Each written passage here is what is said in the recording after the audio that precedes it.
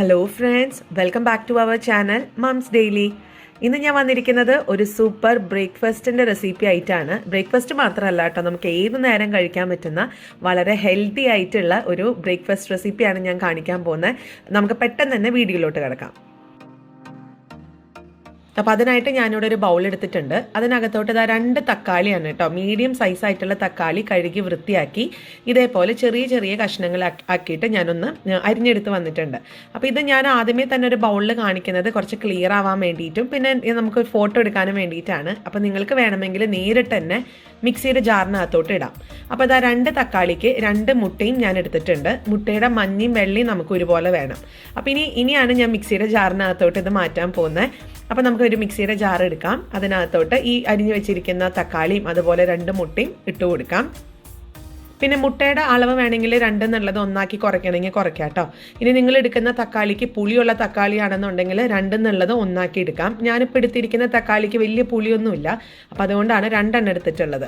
ഇനി ഇതിനകത്തോട്ട് നമുക്ക് 1/2 കപ്പ് പാല്, ഇത് തിളപ്പിച്ച് ചൂടാറിയിട്ടുള്ള പാലാണ് ചേർത്ത് കൊടുക്കുന്നത്. ഇനി ചൂടാറിയില്ലെങ്കിലും ചെറു ചൂടാണെങ്കിലും കുഴപ്പമൊന്നുമില്ല. പിന്നെ മിക്സിയിൽ അടിക്കുന്നത് കൊണ്ടാണ് ഞാൻ ചൂടാറിയ പാല് മതി എന്ന് പറഞ്ഞത്. ഇനി നമുക്ക് ഇതിനകത്തോട്ട് 2 ടേബിൾ സ്പൂൺ സൺഫ്ലവർ ഓയിലാണ് ഒഴിച്ചു കൊടുത്തിരിക്കുന്നത്, വെളിച്ചെണ്ണയല്ല. നിങ്ങൾക്ക് ഒലീവ് ഓയിൽ വേണമെങ്കിൽ ഒലീവ് ഓയിൽ ഒഴിച്ചു കൊടുക്കാം. ഇനി ഇതെല്ലാം ചേർത്ത് ഇതാ മിക്സിയിൽ ഇതേപോലെ ഒന്ന് അടിച്ചെടുത്ത് വന്നിട്ടുണ്ട്. ഇത് ഫോട്ടോയിൽ ഈ വീഡിയോയിൽ കാണുമ്പോൾ എന്തുകൊണ്ട് അതൊരു പിങ്ക് കളർ പോലെ തോന്നുന്നു, പക്ഷെ അതൊരു റെഡ് കളർ തന്നെയായിട്ടാണ് ഇരിക്കുന്നത് കേട്ടോ. തക്കാളിയുടെ ഒക്കെ ആ ഒരു കളർ തന്നെയാണ്. ഇനി നമുക്കിതിനകത്തോട്ട് 1 കപ്പ് ഗോതമ്പ് പൊടി ചേർത്ത് കൊടുക്കാം. അപ്പോൾ അതിനായിട്ട് ഗോതമ്പ് പൊടി ആദ്യമേ തന്നെ നമുക്ക് ഇതേപോലെ ഒരു അരിപ്പയിലിട്ട് ഒന്ന് അരിച്ചിട്ട് വേണം ഇട്ട് കൊടുക്കാൻ വേണ്ടിയിട്ട്. അപ്പോൾ ചെറിയ ചെറിയ കട്ടകളൊക്കെ ഉണ്ടെന്നുണ്ടെങ്കിൽ അതൊന്ന് പോയി കിട്ടാൻ വേണ്ടിയിട്ടാണ്. ഇനി നമുക്ക് ഇതെല്ലാം കൂടെ ചേർത്ത് നന്നായിട്ട് തന്നെ ഒന്ന് മിക്സ് ചെയ്തെടുക്കണം. അപ്പോൾ അതിനായിട്ട് ഇതാ ഞാനൊരു സ്പാച്ചിൽ എടുത്തിട്ടുണ്ട്. ഇത് നമ്മൾ കേക്ക് മിക്സ് ചെയ്യുന്നത് പോലെ ഭയങ്കര കെയർഫുള്ളായിട്ടൊന്നും മിക്സ് ചെയ്യണ്ട, നമുക്ക് പെട്ടെന്ന് തന്നെ ഇത് ഇളക്കിയെടുക്കാം. അപ്പോൾ ഇതാ ഞാൻ ഈ ഒരു രീതിക്കൊക്കെ മിക്സ് ചെയ്തെടുത്തിട്ടുണ്ട്. അപ്പോൾ എനിക്കിവിടെ 1 കപ്പ് കറക്റ്റ് ആയിരുന്നു. നിങ്ങൾക്ക് വേണമെങ്കിൽ കൂടുതൽ ചേർത്ത് കൊടുക്കാം കേട്ടോ, പൊടി, അതായത് ഗോതമ്പ് പൊടി. ഇനി നമുക്കിതിനകത്തോട്ട് കുറച്ച് ഉണക്കമുളക് ചതച്ചത് ഞാനിങ്ങനെ ഇട്ട് കൊടുക്കുന്നുണ്ട്. ചില്ലി ഫ്ലേക്സ് എന്നൊക്കെ പറഞ്ഞപ്പോൾ മേടിക്കാൻ കിട്ടും. ഇനി അതൊന്നും ഇല്ലാന്നുണ്ടെങ്കിൽ 2 ഉണക്കമുളക് ഒന്ന് ഇടിച്ചാൽ മതി, അല്ലെങ്കിൽ മിക്സിയിലൊന്ന് ക്രഷ് ചെയ്തെടുത്താൽ മതി, നമുക്ക് ചില്ലി ഫ്ലേക്സ് റെഡിയാണ്. പിന്നെ ഞാൻ ഒരു 1/2 ക്യാരറ്റ് ഇതുപോലെ ഗ്രേറ്റ് ചെയ്തിട്ടിട്ട് ഇട്ട് കൊടുക്കുന്നുണ്ട്.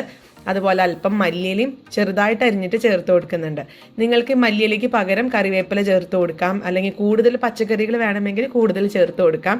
ഇതൊക്കെ ഓരോരുത്തരുടെ ഇഷ്ടമാണ്. സവോള ചേർത്ത് കൊടുക്കാം. പിന്നെ ആവശ്യത്തിനുള്ള ഉപ്പും കൂടെ ഇപ്പം ഞാൻ ചേർത്ത് കൊടുത്തിട്ടുണ്ട്. ഇനി നമുക്കിതെല്ലാം കൂടെ ഒന്നും കൂടെ നന്നായിട്ട് തന്നെ ഒന്ന് മിക്സ് ചെയ്തെടുക്കാം. ഇനി അടുത്തത് നമുക്കിതിനകത്തോട്ട് ഒരു 1/4 ടീസ്പൂൺ ബേക്കിംഗ് സോഡ ചേർത്ത് കൊടുക്കണം.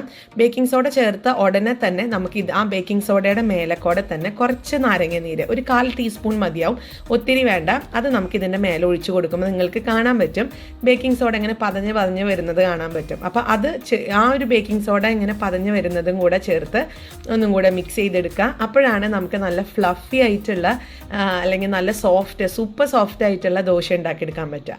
അപ്പോൾ ഇതാ ഇവിടെ റെഡിയായി വന്നിട്ടുണ്ട്. ഇനി നമുക്ക് ഇതൊന്ന് എന്താ പറയുക, ഒന്ന് ചുട്ടെടുക്കണം. സാധാരണ ദോശ ചുട്ടെടുക്കുന്നത് പോലെ തന്നെയാണ്. അപ്പോൾ ഈ മുട്ടയും കൂടെ ചേർക്കുമ്പോൾ ഇതിനൊരു സ്പെഷ്യൽ ടേസ്റ്റാണ് കേട്ടോ.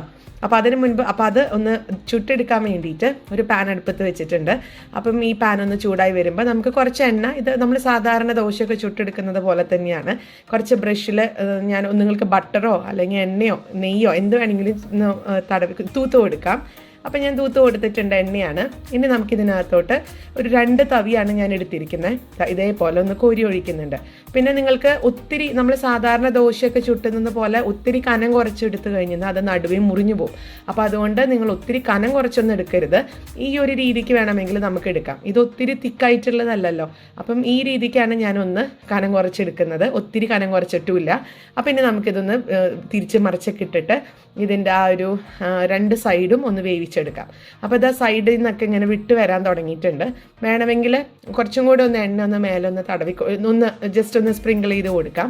ഇനി അതല്ലാന്നുണ്ടെങ്കിൽ നമുക്കത് ഇതേപോലെ ഒന്ന് എടുത്ത് തിരിച്ചിട്ട് കൊടുക്കാം. അപ്പം ഈ ഒരു സൈഡും കൂടെ ഒന്ന് നന്നായി വെന്ത് വരട്ടെ.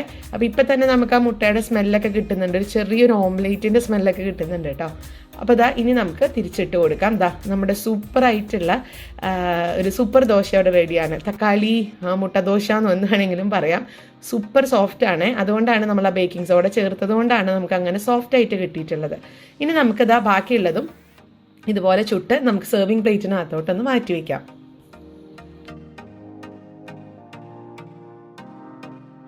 അപ്പോൾ അതാ അത്രയേ ഉള്ളൂ. നല്ല ചൂട് സൂപ്പർ സോഫ്റ്റ് ആയിട്ടുള്ള ദോശ ഇവിടെ റെഡിയാണ്.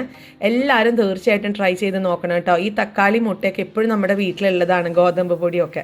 അപ്പോൾ ഇതിൻ്റെ എത്രമാത്രം സോഫ്റ്റ് ആണെന്നുള്ളത് ഞാൻ കാണിക്കാം. ഞാനപ്പോൾ ഒരു ദോശ എടുത്തിട്ടുണ്ട്. അതിങ്ങനെ ചുരുട്ടി എടുക്കുകയാണ് ചെയ്യുന്നത്. അപ്പം അത് ഒടിഞ്ഞു പോവോ മുറിഞ്ഞു പോവോ അങ്ങനെയൊന്നുമില്ല. ഇപ്പോൾ രാവിലെ നമ്മൾ ഉണ്ടാക്കിയാലും വൈകുന്നേരം വരെ നല്ല സൂപ്പർ സോഫ്റ്റ് ആയിട്ട് ഇരിക്കും. അപ്പോൾ എല്ലാവരും തീർച്ചയായിട്ടും ഒന്ന് ട്രൈ ചെയ്ത് നോക്കുക. എന്നിട്ട് ഇഷ്ടപ്പെടുവാണെങ്കിൽ ലൈക്ക് ചെയ്യാനും ഷെയർ ചെയ്യാനും കമൻറ്റ് ചെയ്യാനൊന്നും മറക്കരുത്. അതുപോലെ നമ്മുടെ ഈ ചാനൽ നിങ്ങൾ ആദ്യമായിട്ടാണ് കാണുന്നതെങ്കിൽ സബ്സ്ക്രൈബ് ചെയ്യാനും മറക്കരുത്. അപ്പോൾ അടുത്തൊരു വീഡിയോ ആയിട്ട് നമുക്ക് ഉടനെ കാണാം. അൻറ്റിൽ ദെൻ ബൈ.